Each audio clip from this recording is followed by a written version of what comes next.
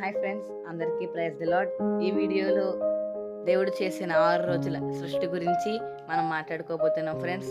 ఇంకెందుకు ఆలస్యం, let's start our video. మొదటి రోజు, దేవుడు మొదటి రోజు వెలుగుని చీకటిని కలిగించెను. రెండవ రోజు, దేవుడు రెండవ రోజున ఆకాశమును మరియు జలములను సృజించెను. మూడవ రోజు, దేవుడు మూడవ రోజున ఆరిన నేలను మరియు విత్తనములిచ్చు ప్రతి వృక్షమును భూమిపై మొలిపించెను. నాలుగవ రోజును చూస్తే, దేవుడు నాలుగవ రోజున సూర్యుడిని మరియు చంద్రుడిని మరియు నక్షత్రములను తయారు చేసెను. ఐదవ రోజు, దేవుడు ఐదవ రోజున ఆకాశమున ఎగురు పక్షులను మరియు సముద్రపు జంతువులను తయారు చేసెను. ఆరవ రోజు, దేవుడు ఆరవ రోజున జంతువులను మరియు ఆదామును అతని సాటి అయిన సహాయం కోసం హవ్వను కూడా చేసెను.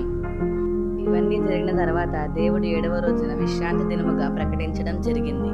వీడియో నచ్చితే please like, share, subscribe. God bless you.